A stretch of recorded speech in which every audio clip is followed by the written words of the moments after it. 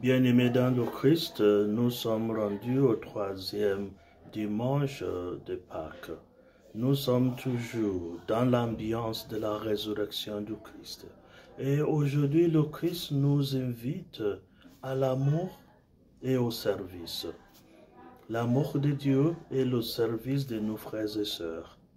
À travers l'évangile d'aujourd'hui, les disciples de Jésus, étant découragés par le fait que les maîtres étaient tués, ils se sont retournés à leur travail.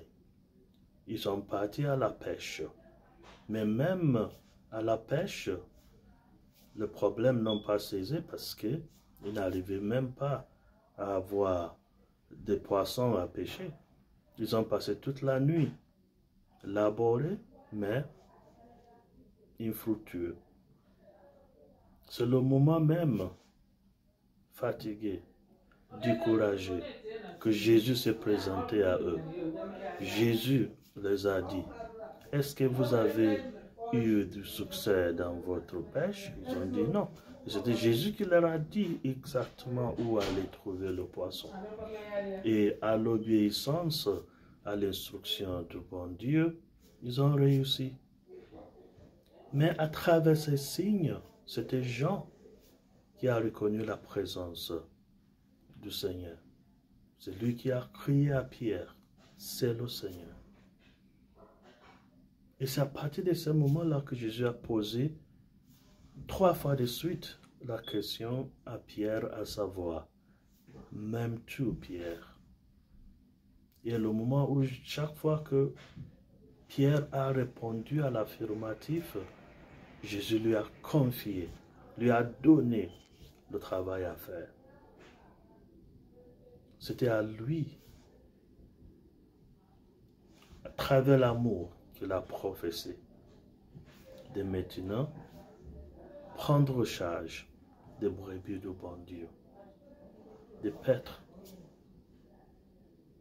le brebis du Seigneur. Alors cela nous invite à la méditation de l'amour et du service. C'est seulement à travers l'amour que nous arrivons à servir les uns les autres. Celui qui est ne peut pas servir, mais celui qui aime est déjà un serviteur et doit être un serviteur fidèle. Mais quel est le contexte dans lequel on nous a appelés à servir les uns les autres? Notre première lecture d'aujourd'hui nous démontre le contexte. Les disciples réjouissaient parce qu'ils ont eu à souffrir pour le bon Dieu. C'était la souffrance qui réjouissait leur cœur. Combien parmi nous, combien sont prêts à souffrir aujourd'hui? Pour nous, la souffrance est horrible. C'est quelque chose à fuir. Mais les disciples étaient contents d'avoir subi le châtiment, les emprisonnements et toutes sortes d'inconvéniences à cause de l'évangile, à cause de leur amour pour Dieu, à cause du travail que le bon Dieu les a donné d'aller évangéliser le monde entier. Cela veut dire que celui et celles qui sont prêts à servir les frères et sœurs doivent aussi attendre au châtiment, les calomnies et toutes sortes de mauvaises choses. Mais cela ne doit pas nous décourager.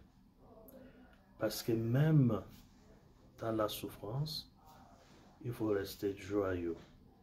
Et c'est pourquoi pendant le carême, à travers le jeûne, les inconvéniences que nous nous imposons, nous avons déjà appris comment être joyeux même dans les difficultés. Mais il y a aussi une consolation. À travers notre deuxième lecture d'aujourd'hui, il faut garder nos regards vers le bon Dieu, vers le ciel. Parce que l'agneau pascal, Jésus lui-même, qui était crucifié, ressuscité, il reste désormais à la droite du Père. Il est glorifié. Et à travers notre deuxième lecture d'aujourd'hui, il reçoit à travers les anciens dans notre deuxième lecture l'honneur, la gloire et leur service. Le culte maintenant est donné à l'agneau immolé.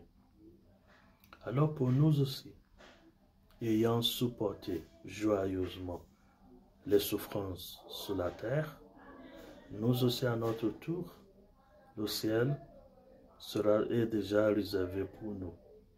Alors, regardons l'avenir, regardons le ciel et tout ce que le bon Dieu réserve pour nous, et efforçons-nous